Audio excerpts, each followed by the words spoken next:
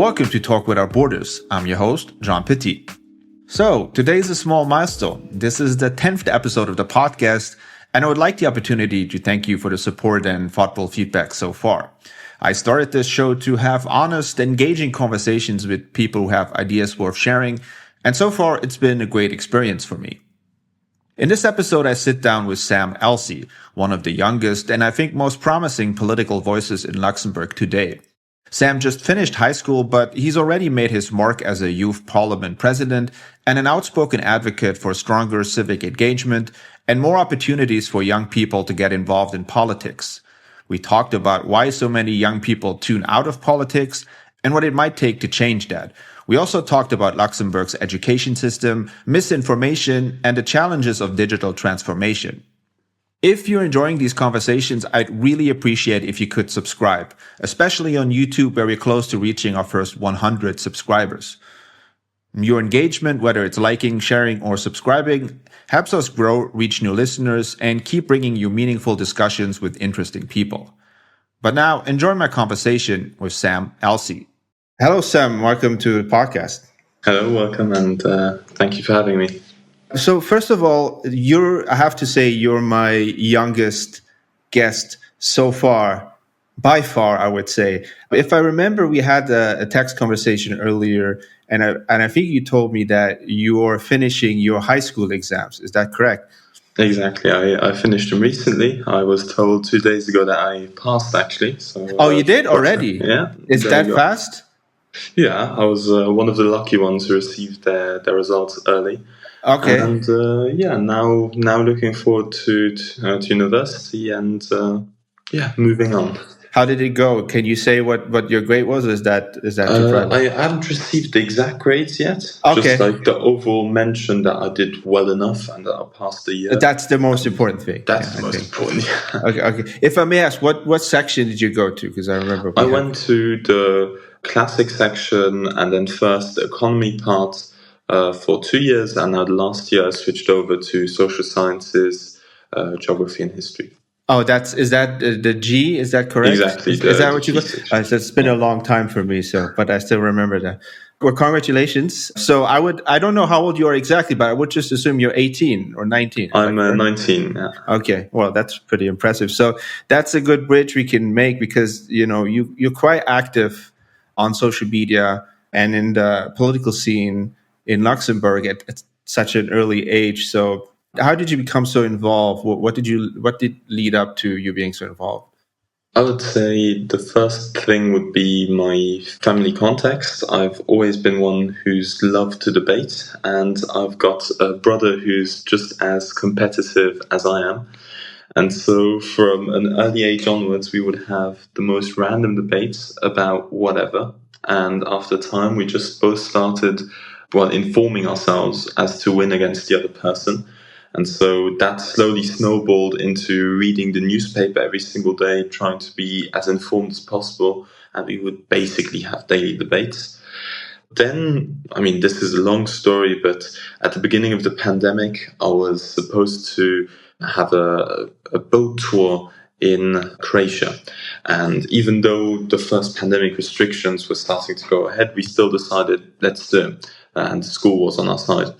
Problem was, at one point, it turned out that I was positive. So in the midst of being on a boat in Croatia, suddenly I'm positive. The whole boat had to quarantine. So we had 7 people on that boat who had to quarantine together. And at that point, we decided to talk a lot. We didn't have much to do. And at the time, I was lucky enough to meet the president of the Luxembourg Youth Parliament at the time, who was on the boat. We had very deep discussions from politics, society, and so on. And at the end, he suddenly just said, join the Youth Parliament. And from that point onwards, that was the first step. And I would say that on one side, the Youth Parliament itself shaped me a lot. I became its president. At one point, I had lofty ambitions for it, which I was able to put into practice. But at the same time, I also discovered this bubble. And that bubble is Luxembourgish youth politics, where there's a lot of opportunities, but very, very few people actually engaging with them. And so those people who get engaged get recruited into a whole lot of other movements. An example would be there were a few EU-wide youth opportunities. In France, you'd have 1,000 people apply to the worst opportunity there was, up to 500,000 for the best of them. In Luxembourg, you'd have 7 people applying. So in Luxembourg, once you are in that bubble, and I was lucky enough to, through on one side the fact of wanting to win against my brother and being informed about politics, having an easy way in, but then at the same time having a few friends who are then making it easier to be into the bubble, or get into the bubble quite early, and then have all the benefits of it over quite a long while. Okay, so before getting into the youth engagement in politics, I think that's really important to discuss. Just back to, because you said you love to debate and you debated your brother. When you look at debates and you prepare yourself for debate, is your primary goal to win the debate, or is it something more secondary, like just trying to get a great conversation? So what's your goal when you're debating? I believe it always depends on the context. I'd say when I'm debating with my brother, of course, the main goal is to win. That's brotherly love. That's But when it comes to larger debates, be it in youth parliament, be it in other political organizations, it's always to, on one side, come as close as possible to the truth. So, of course, empirical truth is hard to find, but it's more of a discussion between sources and trying to contrast which position is the best from as factual standpoint as possible. But of course, it really depends in which context you are. If you are debating against a person, and sadly, I've had quite a lot of experience with that, who's propagating disinformation, who has certain opinions which go against your fundamental values, then it truly shifts to a different type of debate. So it really depends on context, but the ones I like the most are ones where you have two constructive sides just trying to find the best solution together.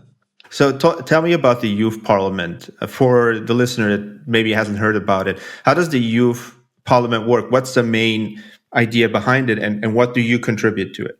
So I was active in the youth parliament from 15 to last year 18, and last year I was its president, and since then I've handed in the reins and I've now a bit moved on.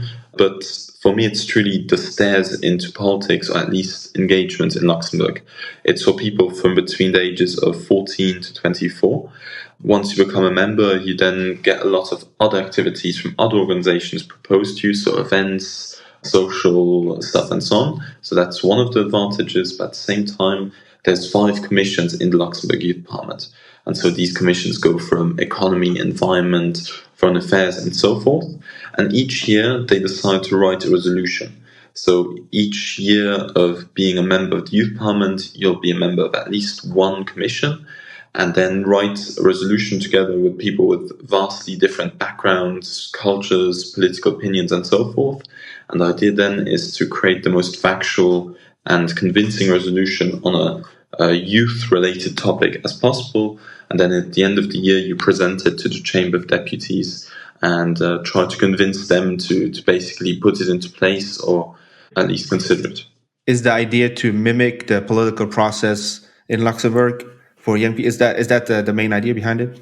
To a certain degree, but I would say that it's a bit its own unique thing. It's not necessarily.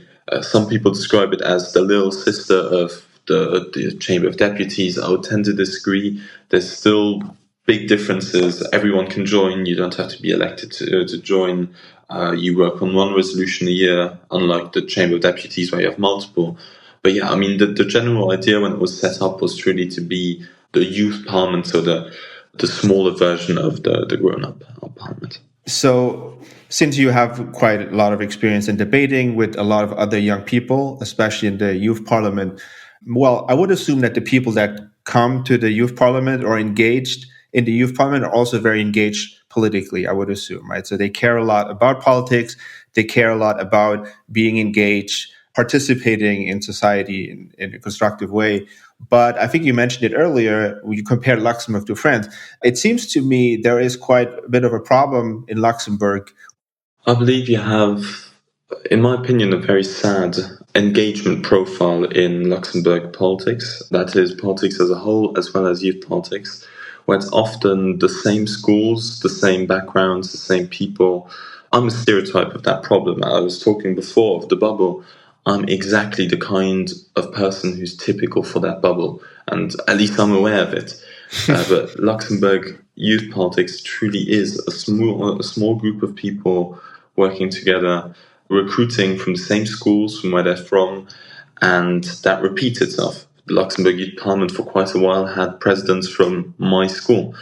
At the same time, there are efforts to change that. When I was the president, I was trying to go, for example, to international schools, to schools which do not fit the traditional stereotype of people being engaged. Problem is that hasn't necessarily been repeated year after year. And also, a youth parliament, or in general, youth politics can be elitist from its nature because the topics you discuss are often nationwide topics. For example, if you're addressing pension reform, and then suddenly you have youngsters reading into what is pension reform versus then your It seems to just sticking on the point of pension. It seems to me also for young people, they're just so far from the pension that they might think, well, that doesn't really concern me because I'm 18, 19, 20, right? So why do I care about my pension? So is that something that you see as well? Yeah, I would agree. I believe, again, you've got this really big split. On one side, people who are immensely engaged, who are immensely informed, and who know that, well, this reform will affect us the most in the long term. But then you've got a big part of the population which does not have this access to reliable political information, to getting an idea of what politics is, and therefore these topics just go over their head. And this would also be a big criticism on my side towards the education we receive in school. If I discount all my education in the non-formal area and I just look at my political education in the formal area, honestly, if it weren't for the initiative of some amazing teachers that I had, I would know, and sorry for the word, fuck all about Luxembourgish politics. And for me, I find that immensely, it certainly scares me because education is the front line of democracy. It's there where you build the habits which ensure a strong democracy. People who live democracy understand democracy. And as of now, I mean, we have certainly have better lessons on democracy than Germany, Belgium, or France, which says more about their education system than it does from ours. But you get in all of your school years, you get one lesson in your fourth final year about civic education, where a big part of it is more discovering the Constitution and not what is democracy and actually getting examples from it. A lesson which is more shaped, again, by the actions taken of the teacher and not a national-wide lesson plan. So in that sense, there's definitely a massive gap between people who get into non-formal education, where there's lots of opportunities, where they learn a lot, versus those who don't. I very much agree with you because I'm reflecting on my own high school career, which has been a while. And I think you're right. I think I had 1 year of civic instruction and that wasn't really that interesting either. So what are the reasons in your view for the education system to not stress this education on civic matters more? Do you think it's on purpose? Maybe they don't care, or they don't think it's that important. So what do you think is the reason for discarding that, I guess, in a sense? I would say it's a bit of a combination. On one side, it wasn't necessarily always that evident. I mean, if you look at it, even the generation of my parents grew up learning about the history of Luxembourg, be it in school, be it at home, of the people who fought for democracy in Luxembourg. Their parents were people who had survived or lived through the Second World War, or there was still some family memory of it. So democracy was so normal that there was no necessary meaning of teaching it in school because everyone knows it. Now we are in a moment of crisis. We've got an international situation where demagogues and tyrants are trying to take over democracies across the whole globe, supported by those demagogues and tyrants who are already in place. And combined with, if you look at Europe, we've had almost persistent crises for 10 years now, from the 2015 migration crisis to Brexit to the pandemic to the Ukraine war. And now if you look at the past few months, it certainly hasn't become any more stable. Yeah, the Israel. Now we got the Israel-Iran war, so added to that. Yeah, and India, Pakistan as well. It's just gone on and on and on. And our socio-economic situation has become far worse. The fabric and the social deal with which a lot of European countries have been built, where a lot of people, and I would say about 1/4 of people who are eligible to vote in most countries don't vote. Why? Because not only do they not necessarily see a reason, but it's also part of their social deal, where they say, okay, I won't go to vote as long as my life is not affected by politics. And now a lot of these voters who usually stay out of politics, which again is not necessarily good for politics, but they are coming into politics for the wrong reasons, motivated by the fact that politics has not been able to deliver the right responses to them. And so you have the rise of left and right-wing populist parties. You have, or in general, I would rather qualify all of them as populists, mainly just populist parties who try to provide simple answers to problems which absolutely do not necessitate simple answers, which will only get worse. Do we have that? Do we have that in Luxembourg as well? A rise of right-wing or left-wing parties? I would say we've been able to dampen it down through the fact that we're a small country. You have, it's a criticism against the government right now. I would partially even agree to it, but there's always been strong social dialogue. And if you say that the government does not talk to the people, well, it does 1,000 times more than in any other country. If you're a bit lucky, you'll walk into Xavier Buttel having a coffee in town in the morning. It's there's politics is close to people in Luxembourg. The problem is that even here in Luxembourg, there are some who have absolutely been radicalized, and you don't need many for it to become extremely dangerous. I criticized Kartheiser for going the MEP for populist party in Luxembourg, and for going to Russia, and I won't go into this whole topic, but anyway, I received death threats afterwards in Luxembourgish. So some Luxembourger created an account on TikTok, and in Luxembourgish started writing to me, "Go kill yourself." And that we're at this point in Luxembourg. Yes, electorally, we've still got a margin, a defense of democracy, so to say, left. But still, that even here in Luxembourg, we've come to this point is measured sadness. So I just want to piggyback on that, because you said that you got death threats. And I've heard that quite a lot when I talk to politicians in Luxembourg. And I think it's somewhat coupled to social media, right? People have, in a way, I would assume for a politician, social media is both a blessing because it allows you to communicate with so many people from different sectors of the population. But it is also a little bit of a curse sometimes, because people can also use it the same way to attack you or to spread misinformation, etc. So how do you deal with this imbalance in this social media? For me, social media has always been far more an opportunity than it has been a curse, so to say.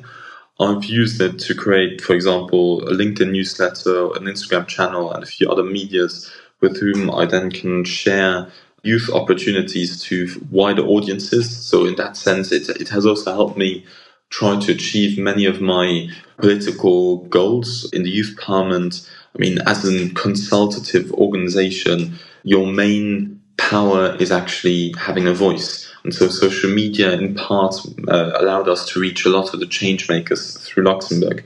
And especially in a country so small as Luxembourg, where a lot of people, having the right social medias can be the determining factor of having success or not. So I would say it's definitely more of an opportunity than there's a threat.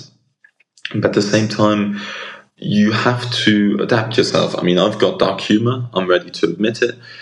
I cannot use my normal political account to watch any reels, because there's been some people who would then be looking at what I would like or what I would be watching to then use against me. Or there'd be people who say, look at who's following him. Is he associated with this kind of person? Or again, people who look at your content. Yeah, there's always a footprint. Yeah, Exactly. So on one side, as a person trying to engage yourself, it's a threat in the sense of you have to pay a lot of attention, because there's lots of people from all sides, in a sense, are ready to harm you, or at least want to, not necessarily want the best for you. And then on the other hand, you've always also got direct political enemies or people who are just opposed to you, where you have to pay attention when you post things. So I pay attention to never post something when I'm not at home with a video of me being somewhere else, or with the background which would reveal where I am, or even responding to a lot of messages, because sometimes I get messages where I think, oh wow, this is a nice person just trying to ask a question, and then it turns out it's just someone who wants to send me some nasty texts. So it's a blessing and it's a curse. It really depends today. I'd say if you have thick skin, and I had a lot of bad experiences at the start, so I was able to shield myself, and now I've gotten used to it. But I'd say it's also sad, because I know a lot of youngsters who easily got discouraged from getting into politics, and in general, politics has gotten this dark, ugly image on two sides. On one side, from the public, then people believe that you're a politician or you must be corrupt. Like I pay attention to in which context I mention to people that I'm active in political engagement, because certain people will just look at you judgingly. And then at the same time, it's also gotten this bad image for people who are passionate, where it's just, oh, it's so much work, it's so much hate. Alone in the social sector in Luxembourg, with different associations and so on, you have so many smart people who have passionate for a number of different movements, and who would be better than most politicians which I've met, and who'd absolutely do a fabulous job if they were in politics. But they are so scared of politics because of the image politics has gotten, that they don't. And that's also, for me, it's sad. It's blocking us as a country, and it's not only a Luxembourgish effect, that's for sure. So the next question is twofold. So first of all, since you're part of the Gen Z generation, I think, well, I'm a millennial, so we were already told that we are lazy, that we are uninspired, that we're not motivated, we don't have a work ethic. And I feel like it's even worse now for your generation, who a lot of times I feel like the first prejudice or impression is always one of these descriptions. So what do you well, first of all, do you think there's some truth to that, or what is your view on this as a member of the Gen Z generation who is actually quite involved in politics? I would first try to relativize it, because I remember it's been 2 years now, where I had to translate a Latin text of more than 2,000 years ago of Cicero criticizing the young generation for being so lazy. Oh God, it already happened 2,000 years ago. Yeah. Exactly. Yeah. So it's not something necessarily new. I would say there's some truth to it, but by far no total one. When it comes to politics, I fundamentally disagree. In my experience, what youngsters need is what every generation needed. It's a small push at the start. I've met a lot of people who, when given the chance to engage themselves, they were like, this isn't for me. Oh, wow, this wonderful opportunity. Oh, I'm not good enough. So self-doubt, exactly then when they shouldn't doubt themselves. And the moment where they got pushed a little, they had a person, a teacher, a role model who said, hey, go on. I mean, in the youth parliament, it was that we told people we have cake during the meetings. And then they show up for the cake, and then they'd see the discussion, they'd see the debate, they'd see the topic, they'd engage themselves, a fire started in them, and that was all it took. And then suddenly you have some of the people who are now the most active in the Luxembourg Youth Parliament and other organizations, who started out as youngsters doubtful of themselves. And all it took was that small push at the start. On the other hand, what I would agree with is that especially Gen Z is all about efficiency. I mean, if I get told to do this job this way, the first thing I'll do is I'll ask ChatGPT, how can I do it more efficiently? So I'd say it's definitely a more autonomous worker. Or maybe a lack of patience, maybe? Because Well, maybe both. Yeah, yeah, I would agree. Actually, I mean, we are the digital generation. We grew up with a phone where everything went fast, so we're also used to that. So it comes with advantages and disadvantages. Advantages in the sense that we'll always try to find the most efficient situation. On the other hand, it can also be disadvantage in the sense of if you have long, hard working hours and so on. But again, I would also try to stay away from generalizing because I've met so many youngsters who go in all directions, where you've got certain people who are immensely industrious and others who are immensely lazy. But when I compare it to the generations which came before us, I barely see a difference with most of them. So I think I agree. I think there's tremendous potential amongst young people, and I think, like you said, that it might be a problem of motivation, or people are just flat out discouraged because, as you have said before, a lot of politics is dominated by the same people, right? And so they dominate the narrative. And I think it might be a little discouraging for the young generation. But I wanted to jump on that point. So since you are a digital native, what do you think about the current policy when it comes to Luxembourg's digital progress? So where do you think we are? What are the issues, and where could we go if we change them? So this is actually a topic which I'm quite passionate about from my own experience, but also from what I've seen throughout Luxembourg. I would say one first has to divide it into public and private. So in private, what you have is you have certain front runners, which are especially those firms which have the global reach, respectively the competences to truly digitize. And they are some of the best we have, not only in the country, but on the continent. But then what you especially have in Luxembourg are small to medium enterprises, especially those in sectors, real estate, whatever, where for a long time everything has just been quite, not necessarily stagnant, but the way they've been working has always worked, and they don't necessarily see the reason to upgrade to digital, to digitize, which can in certain cases be horrendous because our productiveness as a whole economy goes down, and it's just useless in that sense. But there's just not enough incentive for them to upgrade, which of course also means that in case there's ever a big shock or there's a new player which arrives from the international scene which has already digitized, they're far more productive. So in that sense, I see a trap for our small to medium enterprises where they are not necessarily being supported enough to undergo the whole digital transformation, but they also don't necessarily have the reason to do so. It would cost them far more than any subsidy could give them. But this is also at the same time strengthened from the fact that the institutions with whom they work or where they have to, for example, send the documents into, the ones from the state, are horrendous as well when it comes to digitalization. And in the state alone, you have a lot of different categories, ministries, institutions who all work differently. Technically, you have a ministry of digitalization, which is more education, higher education, right? Also, yeah, exactly. It combines the two, yeah. So technically, that one there should have a proper strategy for all groupings of the state and beyond to digitize. When you say technically, that you mean they don't?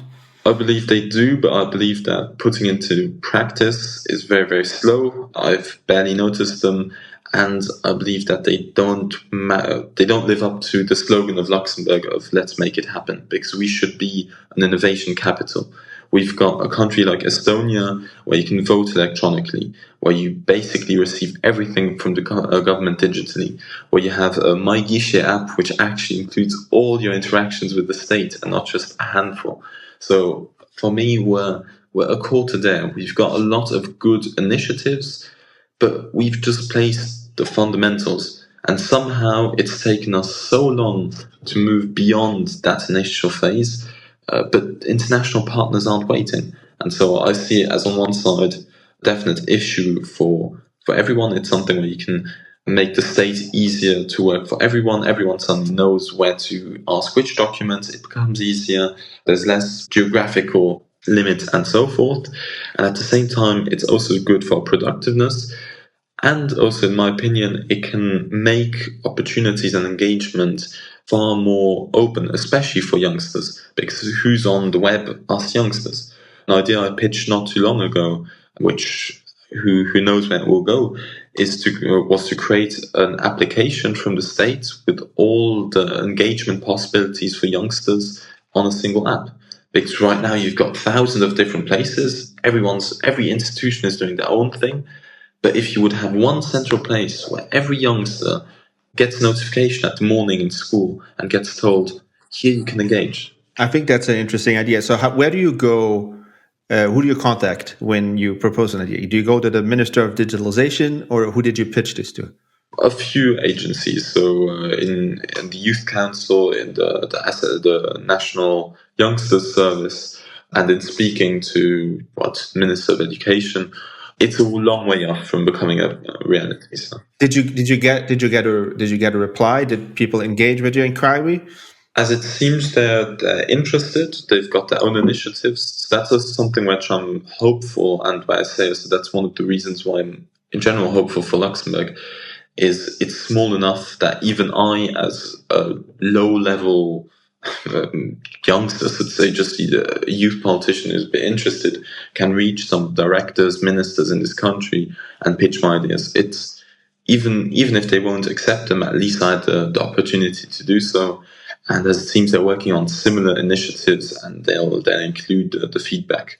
But yeah, so I'm hopeful in that sense, but it's definitely an issue with digitalization where for more than 10 years now, everyone has said we're going to continue.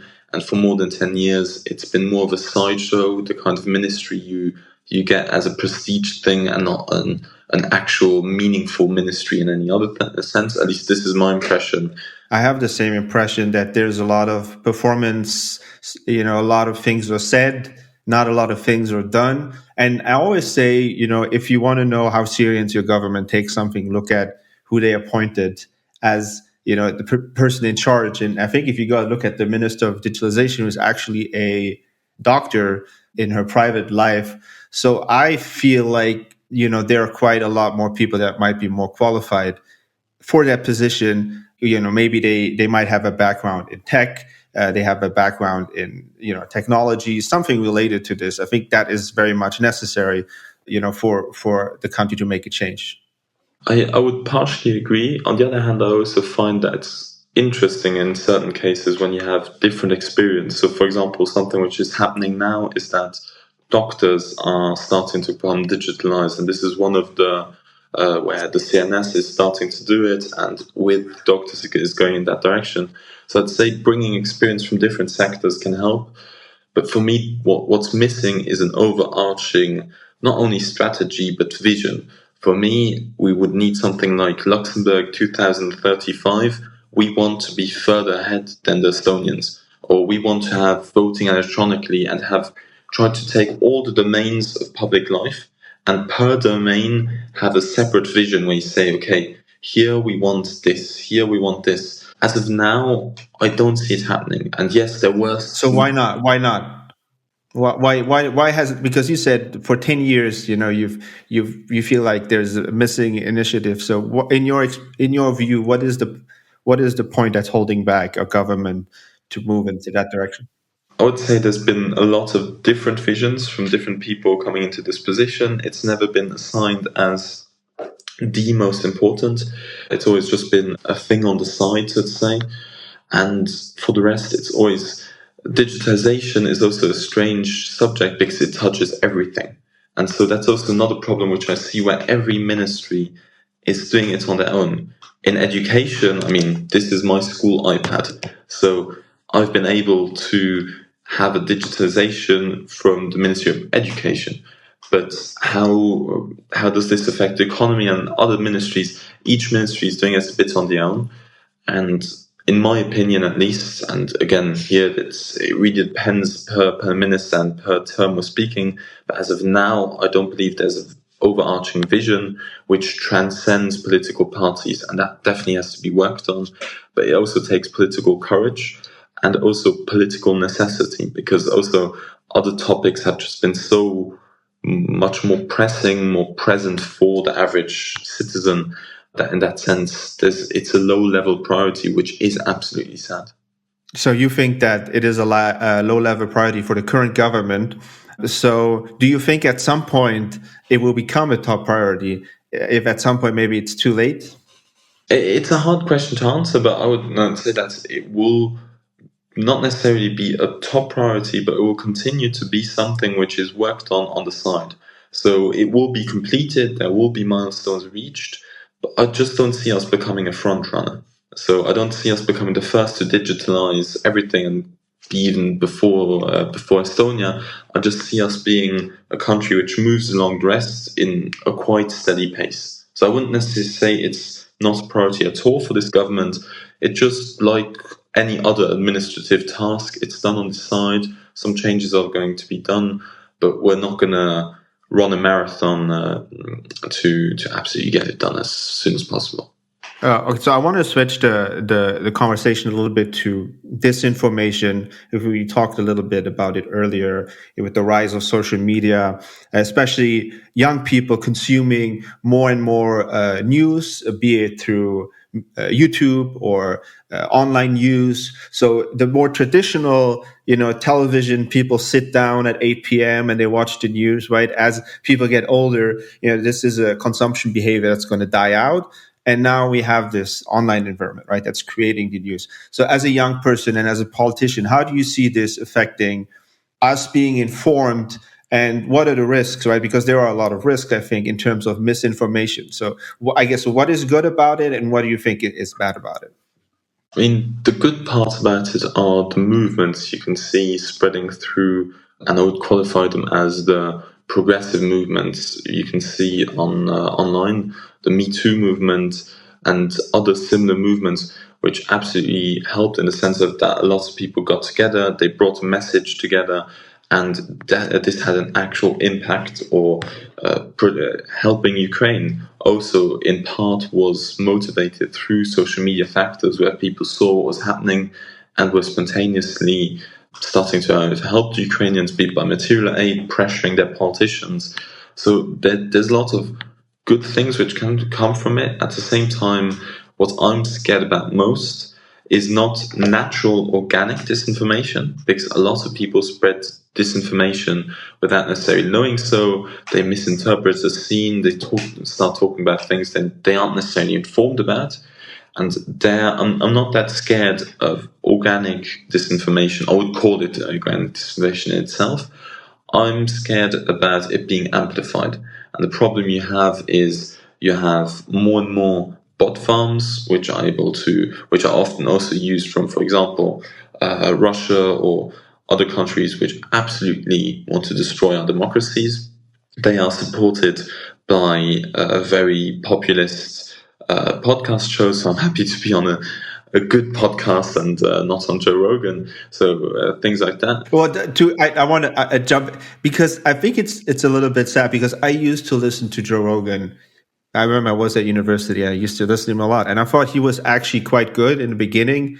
He had a lot of interesting conversations, but then I think, unfortunately, around the COVID time, I think he kind of like slipped into a little bit of a right-wing era of, anti-vax and and then I feel like he radicalized himself more and more. And now I feel like, unfortunately, he's become a bit of a megaphone for the fringe right? Unfortunately. Yeah, I mean, I used him as a spiral, but I would say that it's actually happening to quite a lot, especially in America, but you can even see it in Europe slowly starting, is this downward spiral, where a lot of people who start out as people really wanting to do something good or had their good podcast, radicalization happens so fast, and especially to those who are immensely present on the web, who work in the web and so on, who are then slowly starting to get pulled into a web of disinformation.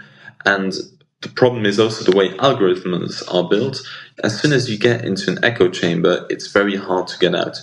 And that's the point where I wanted to get to afterwards is it's immensely easy to radicalize a person. It's immensely hard to pull them out. In the youth parliament, I was working with people from all political spectrums. It's also the beauty of the youth parliament is that it's bipartisan by nature. So you'll be working with people from all shades of life, all political spectrums.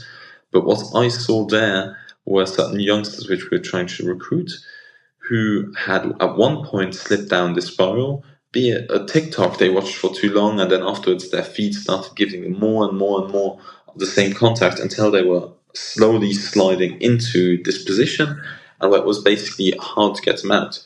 And again, this is being amplified by bot farms, by certain people who have absolutely an agenda and are absolutely working against, be it freedom of speech or the right to proper information. Yeah, I think the most difficult thing right now is that I think you have a lot of bad faith actors who are really smart, especially if you look at the US, the right wing. They're really smart, and I think that's actually how they won the election, is through mobilizing the social media space, the alternative media space, amplifying messages, right? Like the culture wars is one example, and so on. So that was hugely effective. So my guess is, as someone like you, someone like me who's interested in the truth, in creating a democratic space, in having institutions that work for the people and not against them.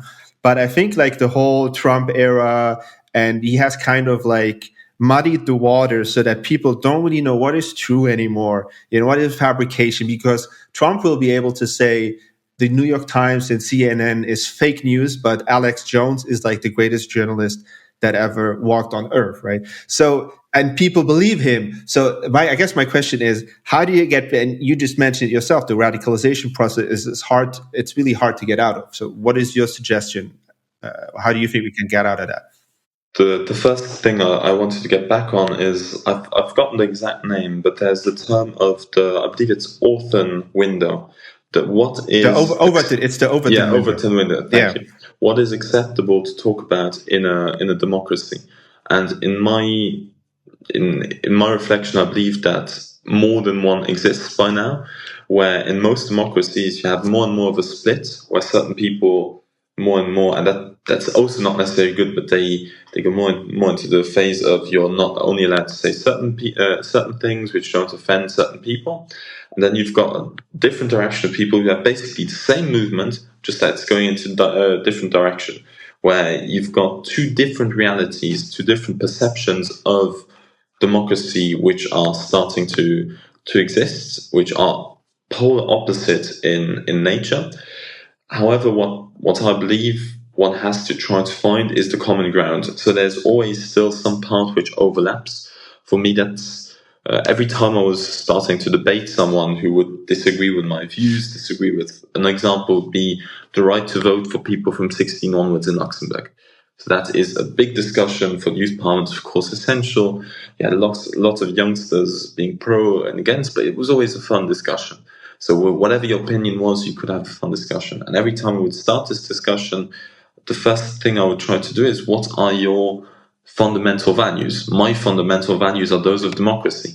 But if you're starting to debate with someone, and then you find out that their fundamental value of democracy is a totally different perception than yours, where they see, for example, an example for me would be, I believe in a state which is separated from religion. So I would never, in a debate, take religion as the fact of my argument being right and his wrong or whatever. Wait, are you talking about someone who thinks that church and state should not be separated? Is that what you're saying? Exactly. This would be one example where if you cannot even define fundamental values, then it's impossible to have a fundamental debate on certain issues, or it becomes immensely hard in that sense. So for me, the first step is try to find something you can agree on, and then work up from there, try to find what are the points of contention, and then on that point, work on it. On the other, it's also, and this would be in a setting where you have time to talk to someone and you really have the time to do it. But on the other hand, in social media, the problem is social media is a public forum but not one where one person has a megaphone, but where everyone has a megaphone, and whoever shouts loudest is the one people listen to. And it's a sad fact. One cannot change the algorithm as a simple actor. One has to hope that certain changes are being done, respectively, that there's certain legislations which get passed. But the fact is, if you're on social media, you partially also have to play the game on social media. And that is to be loud, to present your message. And that's also a big question which you then have to ask yourself, which I ask myself every single day, is how can I remain a proper democratic person, remain close to my core values, which are everything except populism, at the same time manage to reach people on a populist application. And that's something I've been working on since I've entered politics. It's the reason why a thing I do, for example, is sometimes I make provocative, I would call them, videos, but then in the links beneath, there's a very full and detailed explanation. So yeah, but what they call it the clickbait. They call it the clickbait, and I don't think it's necessarily negative. There's a lot of great content creators in the U.S., for example, which I really like.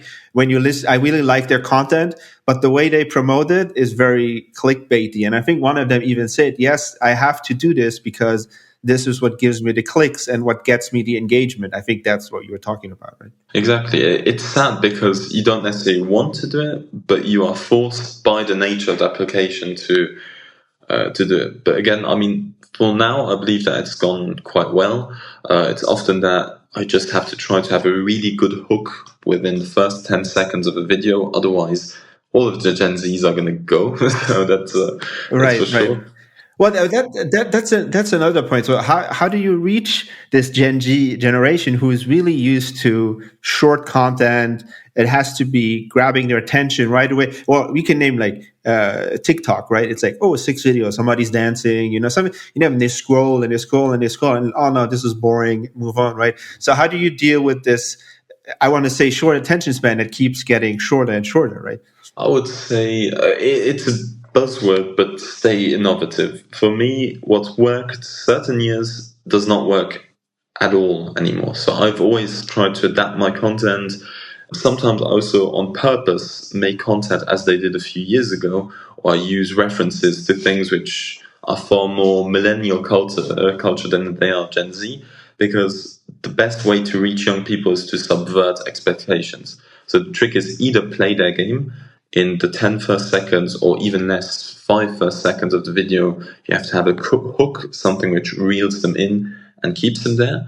And that can either be something which they don't expect whatsoever, so something which is so out of the ordinary, or sometimes even just so ordinary that it absolutely captures people, or you go into a completely different path and you try to really do something which is spectacular and which just keeps them engaged. So are there some topics that, from your experience in maybe experimenting with your social media strategy, that you see young people are reacting to really well and they engage with it?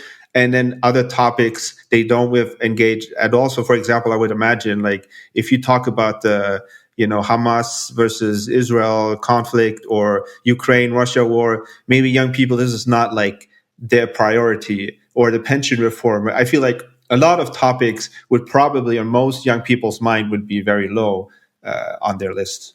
I actually would disagree. I found that a lot of youngsters are less interested, and that's a bit from where this whole stereotype comes from. A lot of youngsters are less interested in politics as a whole. So you'll have less youngsters coming into the room and saying, I've got this opinion on that, this on that, this on that.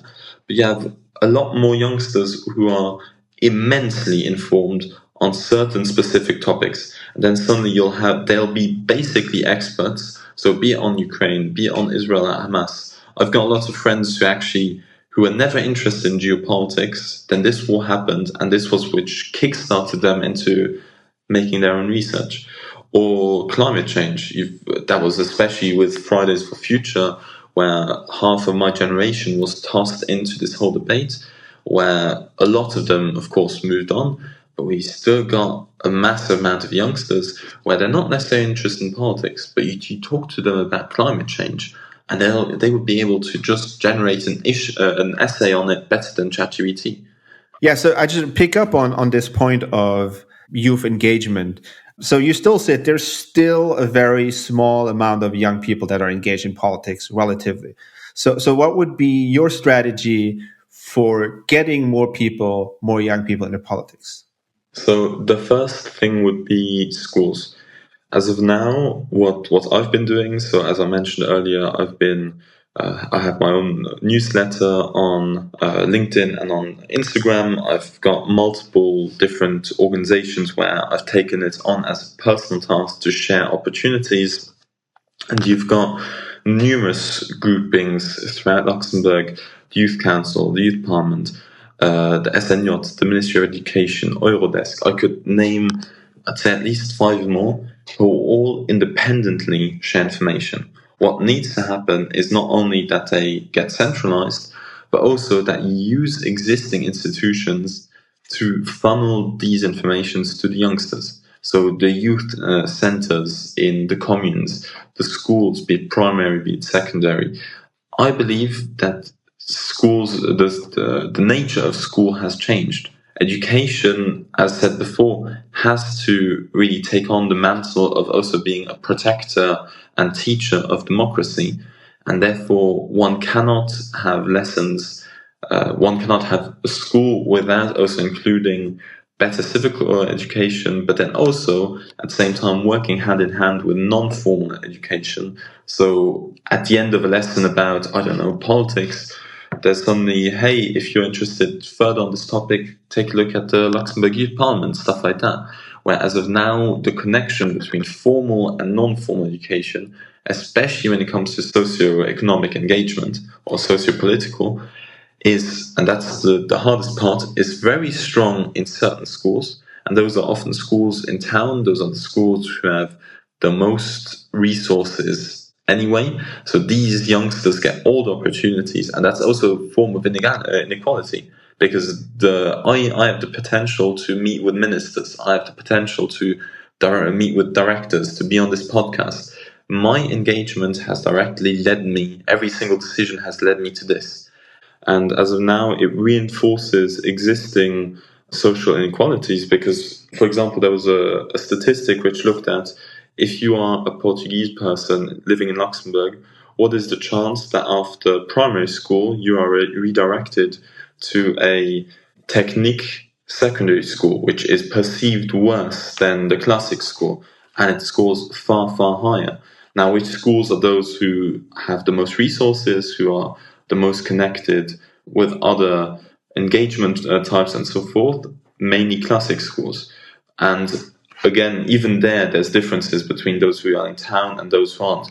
So you've got people who are traditionally already, in a worse social position, who then go to schools who have less resources, which also have a worse connection to social engagement. So in that sense, it saddens me that as of now, political and social political engagement can become a factor of inequality and not be a factor which works against it. And therefore, one would need a far greater connection between schools, between the formal and non-formal sector. But also here, what I find sad is there is no one vision or one strategy. You've got a lot of independent small actors, even actors like me, who are trying to make the situation better. But instead of having something like a central vision, a central idea, strategy which guides it forward, it's done by all these little partners, but none of them has the actual strength to do it alone.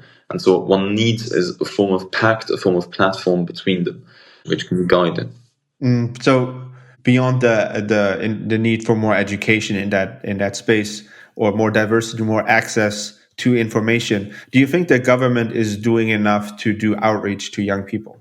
In certain cases, yes. I believe what the government is doing perfectly in Luxembourg, where we have an immense privilege, is providing the information.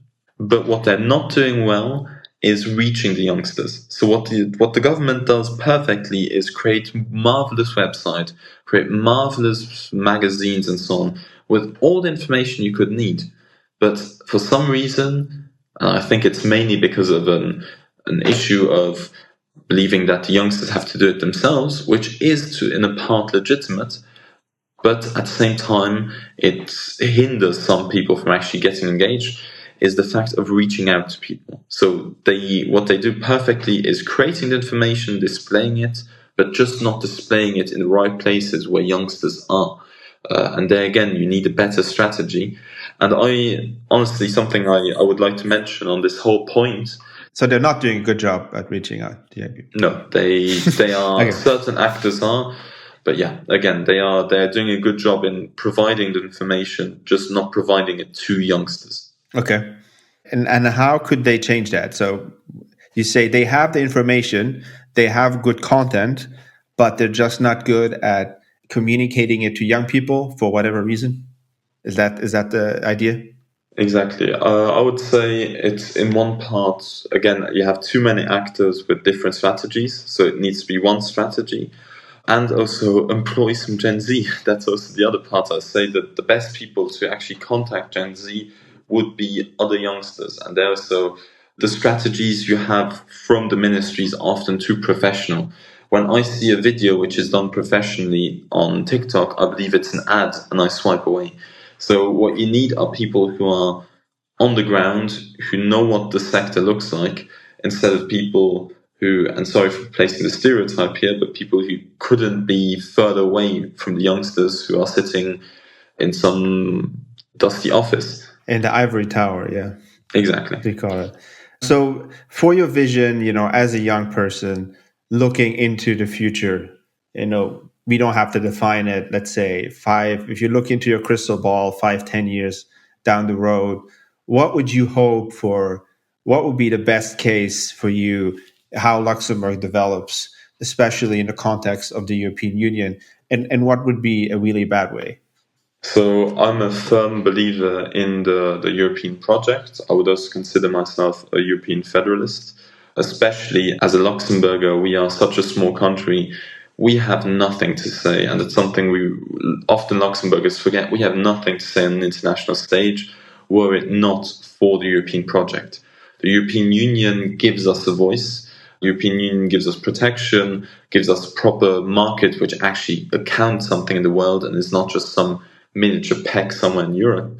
So for me, the European project is the most beautiful thing you could have done. We've transformed the continent with the most wars ever into the most peaceful continent there has ever been. Even though we have conflicts on the peripheries, we have never been as peaceful. What's sad now is that this European project, and we talked about it, the crises we've been having for the last 10 years, the European project is a project of peace.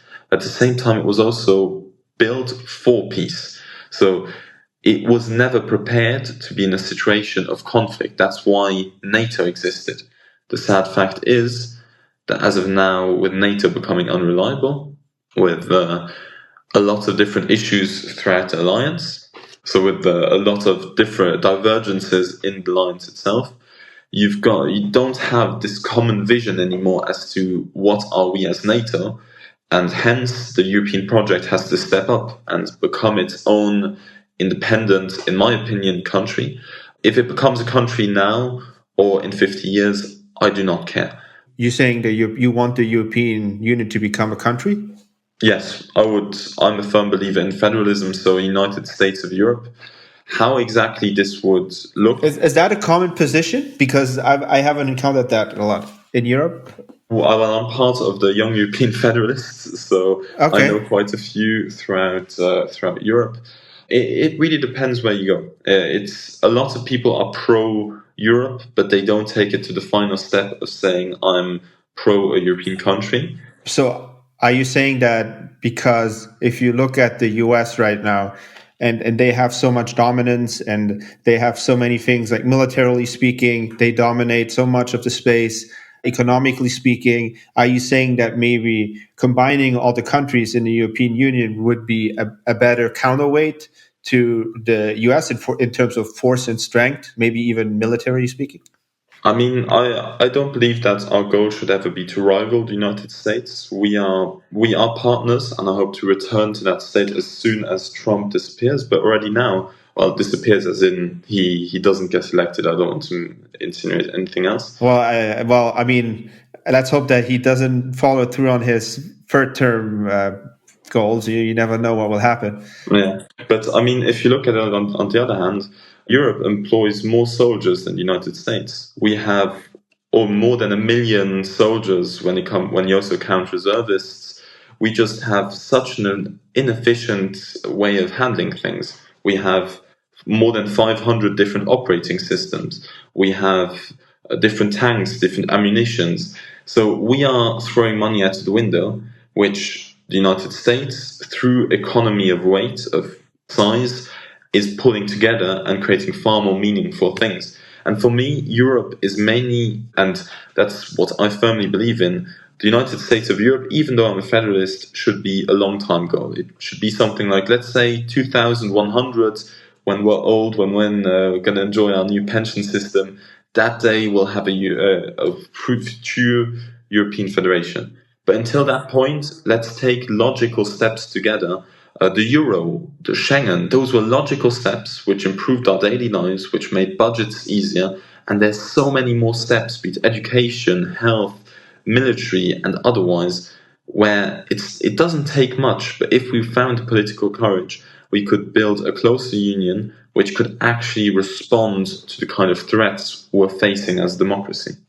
I think there's a point to be made, of course, that strength in numbers. That if you have more people in your union, that obviously that would be an advantage. But would this include every country in Europe, every country in the European Union? What do you do with countries like Hungary, who I would imagine would never go for this? Those are very nationalistic, protectionist countries that would say, no, we want to keep our culture. We don't want everything to be homogenized and be the same. We want to keep our distinct identity. So wouldn't you think that's a challenge? Absolutely. I'd say, I mean, the problem is, and that's also a point I agree on, the European Union is built on united in diversity. So whatever happens, what one has to ensure is that however integrated we become, we do not push away certain cultures, but that we become a mix of cultures and celebrate everyone's culture. That's the goal which we have to work towards. And the moment when it becomes something different, then it's not a European project anymore. Because being European is being this mix of everything we have to offer on our continent.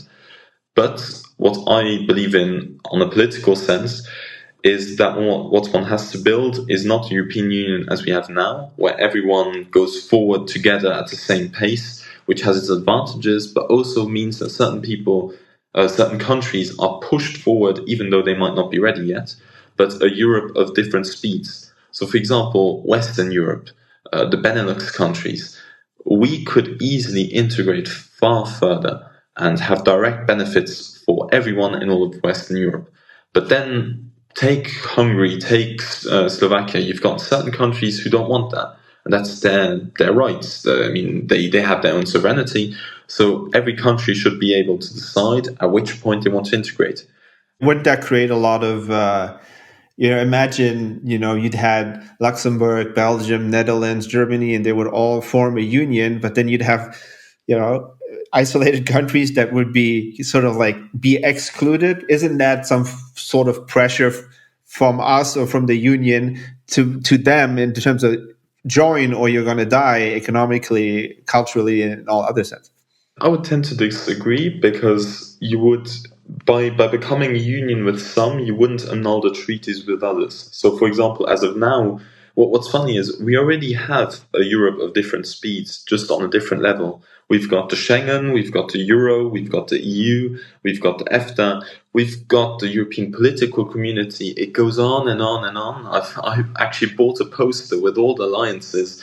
It almost didn't fit on a more than 1 meter poster. But the fact is, if one were to build a coherent kind of pyramid structure where you've got the most integrated, these are the ones who share one political federation, political system, army, whatever. And then each step down, you have a bit less, but still integrated. So, for example, this guy here, Hungary takes the Euro, takes Schengen, takes being part of political discussions in certain cases, but does not want to fully integrate and leaves that to others. So you still got the economic, the cultural, and the political advantages, you just don't have the last step. And this last step is what's so hard for some countries.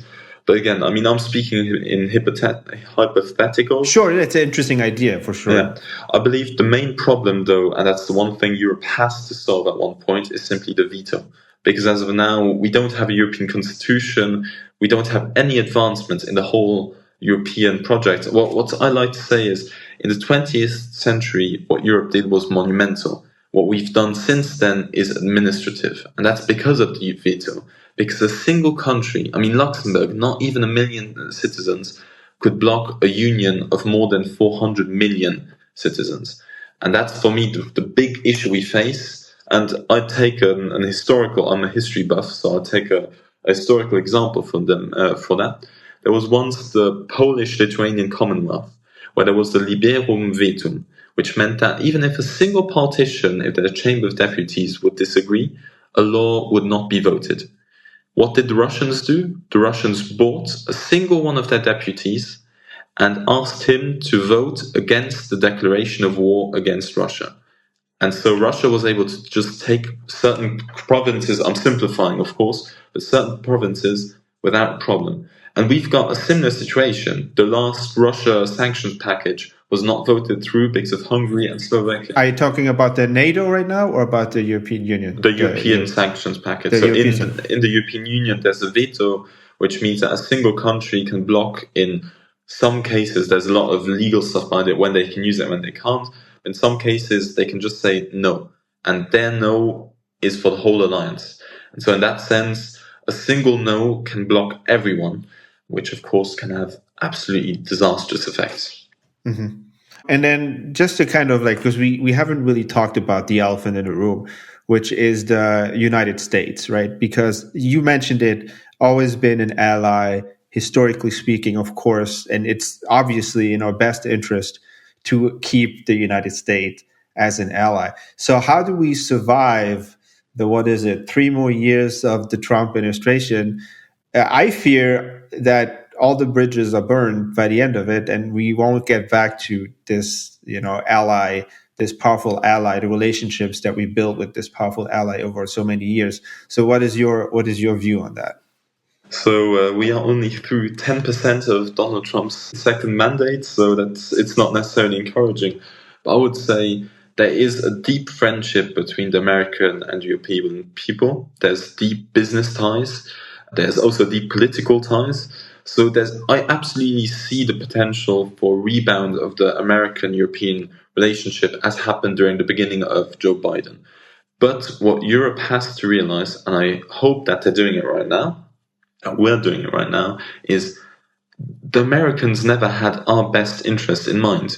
When they did the Marshall Plan, they invested in us in the sense of that we would pay their industry for them to come to rebuild Europe, promoting American industry and giving them a lot of influence in Europe.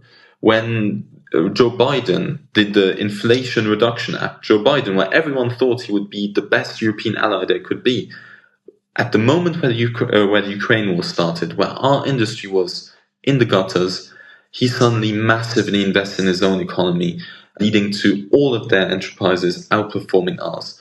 So what we've had is an American friend, certainly, who's taken care of our defense, certainly, but always to selfish purposes. And in the international deal, absolutely. And so in that sense, what's happened now is just that it's become so much clearer. Trump does not have the diplomatic nuance to tell us, well, you have to do it your own. He says it blatantly in our face. And honestly, I see it as good, because if we cannot depend on ourselves, if we don't have this autonomy as a continent to say we're going to protect ourselves, I find it hypocritical. And in that sense, I even agree with him. We have these wonderful countries. We have Luxembourg, which is amazing in most senses. I mean, I like to bicker about it as much as any Luxembourger. But what we have are beautiful countries. If we are not ready to defend what we've built here, then why should the Americans do it? And so in that sense, I agree with him. Does it show a little bit our dependency on the U.S. also, now that the relation is a little rocky. It's like, oh no, what would actually happen if we couldn't rely on the US anymore? It actually reveals that we might not be prepared for any type of crisis that might arise. I mean, I don't believe that if the Americans would go for that, we would absolutely be defenses. I mean, Russia only has a GDP which is as big as Italy's, so it's not as though we're completely defenses. But the main point is, who would be in charge? Like, if the Americans go away, would it be the British who would help us or be the guide in the war? Well, no, they had Brexit. Yeah, not after Brexit. Yeah. Yeah. Who would want Macron to lead it? Would it be the Germans? Oh, we don't like the historical connotations. So you've got a leaderless Europe, and that's our main issue. The moment where we find a political structure where we have a clear person guiding the continent, or not necessarily person, but right now, I mean, on the European level, you've got 3 people who are able to call themselves presidents. You've got multiple institutions working with each other and against each other, depending the day. So we do not have a coherent Europe. But the moment where we build a Europe which has a clear vision and a clear institutions guiding them, that moment I believe that a giant will awake. Because we've got the GDP, the population, the institutions, the political history, and so forth, the talents, the strategy to absolutely become a major player. And I don't believe that we have to become someone like the United States who has to intervene everywhere. But we absolutely have the defenses and the capabilities to defend our interests at home. And for me, that's the most important, that we Europeans can defend what we Europeans have built over centuries. I mean, this is quite interesting. I love having these conversations. I feel like in Luxembourg, they don't happen often enough. And it's a little bit more like you probably alluded to earlier. Oftentimes, conversations are curated, they're well done, but maybe don't involve everyone, and they don't really go as deep, and they're not as engaging as they could be, which is why I find it fascinating that you at your young age are really engaged in a political process. And I hope that you can inspire other people to come with you. And I think it's a great thing for me. Yeah, thank you very much. And thank you for having me on this podcast. It's been an amazing discussion. Absolutely. And I look forward to see what you'll be able to do on the political field in the future years. Thank you very much.